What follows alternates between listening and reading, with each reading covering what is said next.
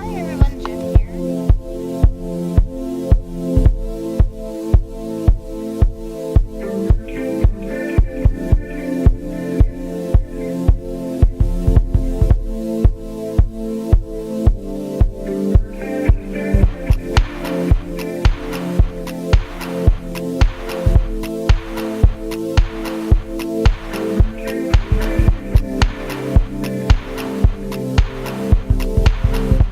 Hi everyone, Jen here. Welcome to the vlog. In today's vlog, we're just going to be going over 10 facts about ankylosing spondylitis, and I'm just going to throw in a couple of myths in there as well. So let's just get right into the video. Fact number 1, ankylosing spondylitis. How do you say it? Ankylosing spondylitis. And what does it mean? So ankylosing actually means fusion, and spondylitis means inflammation of the spine.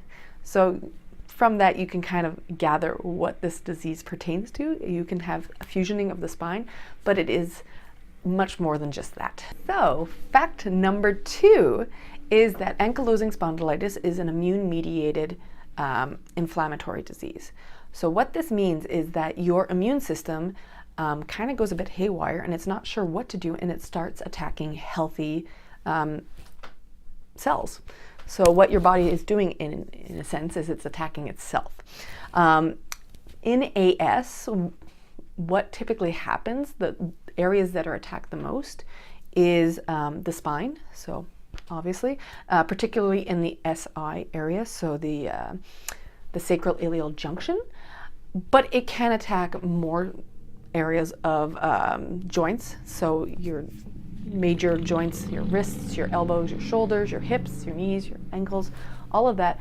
But also on top of that, you can have issues with your eyes, so you can have uveitis, and you can have some gastrointestinal issues as well on top of that. Plus, there's also a chance of you getting psoriasis in accordance with this. So you can have psoriasis at the same time as having ankylosing spondylitis. There's actual different fractions within this disease. So the third factor is genetics, so the cause of why you have this disease. So the known gene at this point is HLA-B27 gene, and most people actually have this gene, but only 1 in 5 people who have this gene will actually come down with ankylosing spondylitis. What is thought to be the case is that there's going to be an environmental trigger. You can have an infection or something that could lead to you having this reaction from your body to overactivate itself. I'm thinking in my case, if you listen to my last vlog, what was kind of the catalyst to this whole effect for me was me falling down the stairs, which I think was the catalyst to a trigger to start this the process within me. But on the flip side of this is I didn't test positive for having this gene. So not everyone who has this gene gets ankylosing spondylitis, but you don't necessarily have to have the gene to get it either. We think that there's more genes at play in this that we don't know everything about. So there is probably a cross variance within these genes, but it's something to know that there is that connection with the HLA-B27 gene. Number 4, symptoms.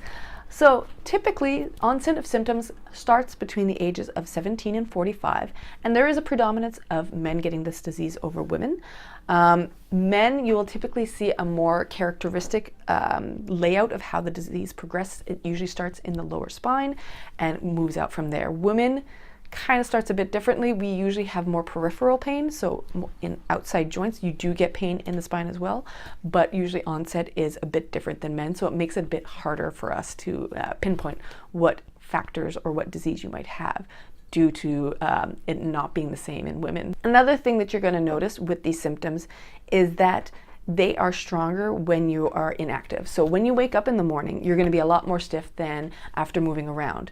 So the stiffness is a big indicator of having this disease. So you wake up in the morning, you're very stiff, you're very sore, you move around a bit, it gets a bit better. For myself, that does happen. Humira has helped me with that, but I also notice if I'm in a plane a long time, if you're driving for a long time, any type of activity that restricts your movement so that you're sitting or you're standing or you're lying down and not really moving that much is going to cause this stiffness and this pain to be a bit more predominant. So you will see that that is a big symptom of this. So we're on to treatments now. So treatments, there's no cure for AS. You're going to have AS and you're going to be treating it, but you're never going to have a cure for it. At this point, what most treatments involve is an anti-inflammatory drug as well as a disease modifying drug. So a drug that's going to inhibit any progression within your disease. So a lot of blockers are used so that it can block your immune system from attacking yourself. So in this case, for myself, I can speak that I am currently on an anti-inflammatory of Celebrex as well as a blocker of Humira to help stop any further degradation of my spine. And that is the main goal, is to arrest any further development of issues going on with your spine or your joints so that you're not going to progress to the point where you're going to need surgery. So number 8, on top of treatment, you're going to have to make some lifestyle changes. For myself, there's a lot of food that is involved. So foods that cause inflammation, you're going to want to change that out.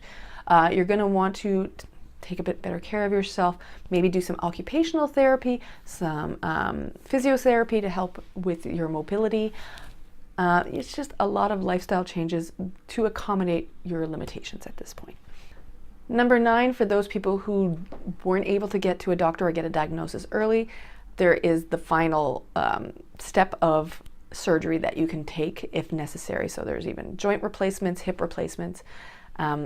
There is stuff with the spine, but that's usually last resort that people will do that because there's always a very big chance of complications from that. So hopefully I never get to that point. I think we caught it early enough that I don't think I've degraded that far, and I hope everyone else takes heed and gets stuff verified early enough so that they don't have to get to that resort as well. Finally, number 10, so complications that can arise. So like we were saying, as the disease progresses and if it's not treated, you can have a fusioning of the spine. So that is the most common complication that you can get. Besides that, there's also fusioning of the ribs that can occur, and a lot of times when that happens, it does affect your respiration capabilities because you're not able to expand your rib cage to be able to take a good breath.